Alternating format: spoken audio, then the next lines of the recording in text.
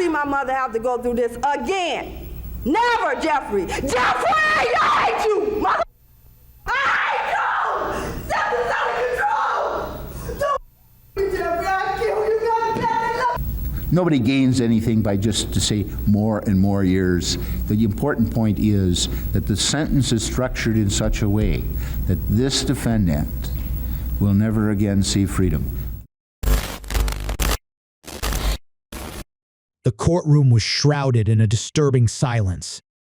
Family members of the victims filled the seats, some weeping quietly, others staring in disbelief at the man sitting before them. Jeffrey Dahmer, the man who had murdered 17 young men and boys in one of the most horrifying crime sprees in American history, sat impassively as the charges were read aloud. The prosecution painted a chilling portrait. Dahmer lured victims to his apartment, where he killed them, dismembered their bodies, and in some cases engaged in acts of cannibalism. The grisly evidence photos, remains, and confessions left the courtroom stunned. Dahmer's defense admitted his guilt but argued mental illness, claiming he was insane at the time of the killings. But the jury saw it differently. The meticulous way he planned and executed his crimes, and the cold logic he used to avoid detection, convinced them that he understood what he was doing. When the verdict was read guilty on all counts, families of the victims reacted with tears and anger. My name is Rita Isbell, and I'm the oldest sister of Errol Lindsay. Whatever your name is, Satan. I'm mad. This is how you act when you are out of control. I don't want to ever see my mother have to go through this again. Never, Jeffrey. Jeffrey, I hate you, mother. I hate you. Something's out of control. Don't Jeffrey, I kill you. God damn it. Look at me, motherfucker. I can kill you. What's your name, fast? I can kill you. Dahmer was sentenced to 15 consecutive life terms. Nobody gains anything by just to say more and more years. The important point is that the sentence is structured in such a way that this defendant will never again see freedom. That is owed to this community in order to protect the community, as well as acknowledgement of the seriousness of the offenses.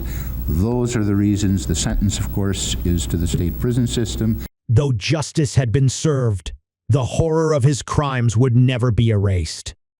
Less than 3 years into his sentence, Dahmer was beaten to death by a fellow inmate, ending a life that had brought so much pain to so many.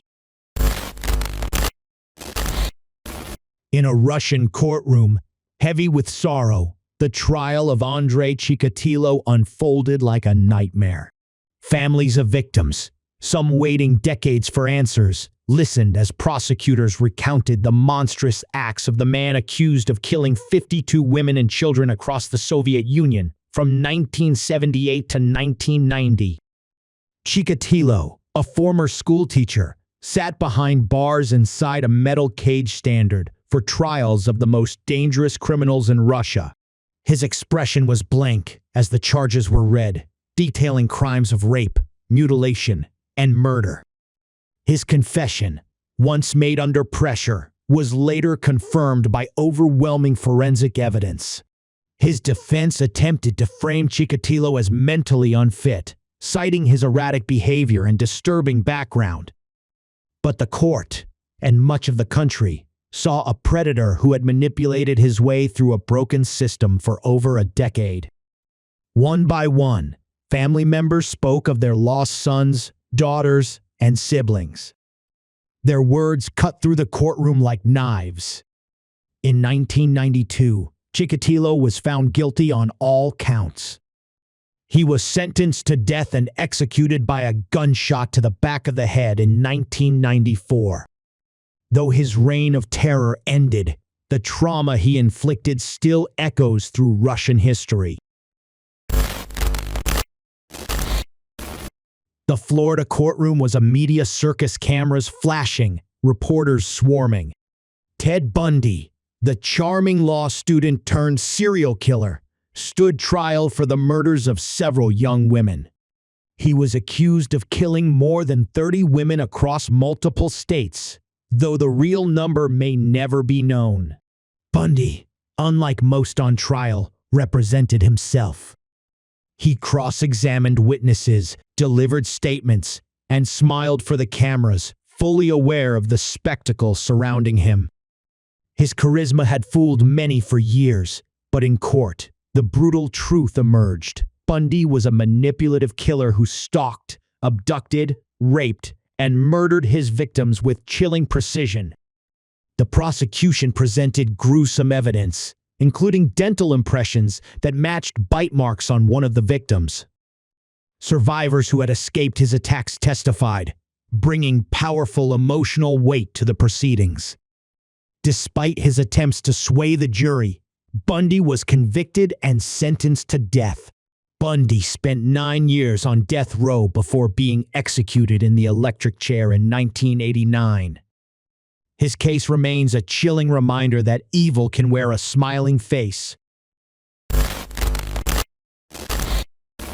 The courtroom in Moscow was filled with unease as Alexander Pichushkin sat quietly, his eyes scanning the room with a blank stare.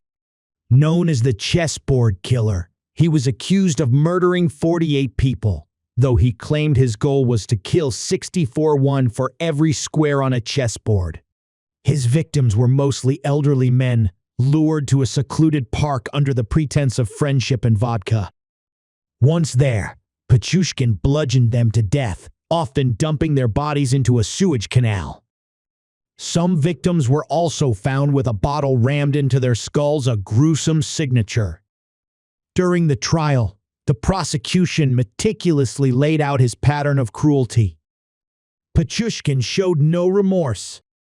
In fact, he seemed proud, boasting about his tally. His only regret, he claimed, was being caught before completing his game. Families of the victims spoke of the fear he brought to the community and the loved ones he stole. The court found him sane and fully responsible for his crimes. In 2007, Pichushkin was sentenced to life imprisonment, with the first 15 years in solitary confinement, a rare but telling measure of the danger he posed. Though locked away, the story of the chessboard killer remains one of the darkest chapters in Russia's criminal history.